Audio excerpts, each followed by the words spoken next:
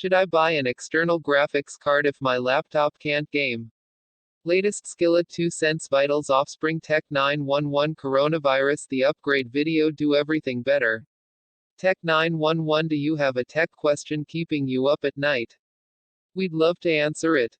Email david.murphy@lifehacker.com with Tech 911 in the subject line. Previous Next View All. I enjoy playing PC games at reasonable resolutions and quality settings without setting my legs or desk on fire. Which is why I typically don't even think about a laptop's gaming capabilities when I'm shopping for something new. Why bother? When my desktop, and its discrete Nvidia RTX card, can do everything I need. There are, however, plenty of people who want to game on laptops that simply aren't equipped to make the latest titles look good, or possibly even playable. In years past, you'd have to start saving your pennies for a newer laptop that performs better. Nowadays, there's a second option, an external graphics card that you can connect to your laptop to boost its gaming prowess. And here's where we come to this week's Tech 911 question. Submitted by Lifehacker reader, Ghost11. They write, I have a question about EGPUs, external graphics cards. So I was looking to purchase an EGPU and I am finding that the results from Google are always showing enclosures. I am very confused. My questions are, do EGPU enclosures include graphics cards and all the hardware inside? Or do I have to buy all the hardware separately? I'm happy to help. Spectral Letter Sender. An external graphics card, or EGPU, for short, can come in 3 different packages: an enclosure that requires you to supply your own graphics card, an enclosure that comes with a replaceable graphics card, so you can upgrade, and an enclosure that comes with a locked graphics card, so you're stuck with what you get. As you can imagine, there can be a pretty big cost difference between these 3 setups. But not always. For example, consider the enclosure's specs and/or description wherever it is you're shopping. If you're unsure, it's worth reading some reviews or even visiting the manufacturer's websites to confirm that you're buying a box plus GPU. Not just a box, if that's what you need. Otherwise, spending less money on a duller enclosure might allow you to maximize how much you can spend on a great graphics card to stuff in it. Food for thought. Generally speaking, I don't think you should buy an external GPU at all. They can be hideously expensive for something that gives you adequate to decent performance. And you're going to have to figure out where the fine line is between a great graphics card and an expensive graphics card whose normally incredible performance is being bottlenecked by the connection between the external GPU and my laptop. Capable as it is at quickly moving data, Thunderbolt 3 puts a noticeable bottleneck on a GPU's bandwidth. It supports 4 lanes over PCIe, which is significantly fewer than the 16 lanes of PCIe supported on most desktop motherboards. Some laptops have even less bandwidth on their Thunderbolt 3 ports.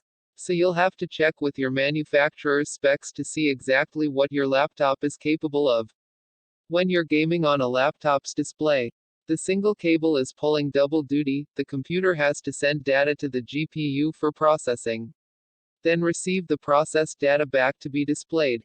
Playing intensive games is a huge workload, and, ultimately, even the most powerful graphics cards out there will struggle to display truly impressive frame rates. Despite this, I didn't notice any choppiness in gameplay. Were an external GPU a mere $100, $200 affair? I'd say risk it. When you're plunking down more than $500, or even $1,000, for an enclosure and a graphics card, you're getting a temporary and imperfect solution to a problem, one that might not even be directly compatible with your system. Given the software peculiarities involved, like all desktop PC owners, you'll eventually have to upgrade your EGPU someday to play the latest and greatest titles at full quality. By then, there might be a better connection type to use, Thunderbolt 4. And undoubtedly a better enclosure. There's another $500 plus down the drain for a new setup. Add that together with what you paid previously, and you could have instead built a decent gaming desktop that would support all kinds of newer, faster graphics cards for years to come. I realize, though, that not everybody wants a dedicated gaming box, and then have to buy a monitor, a mouse, a keyboard, one of those cases that has enough RGB fans to recreate the sun's brightness on a summer day, etc. But if that's not an option, an Egpoo is a less practical stopgap for gaming.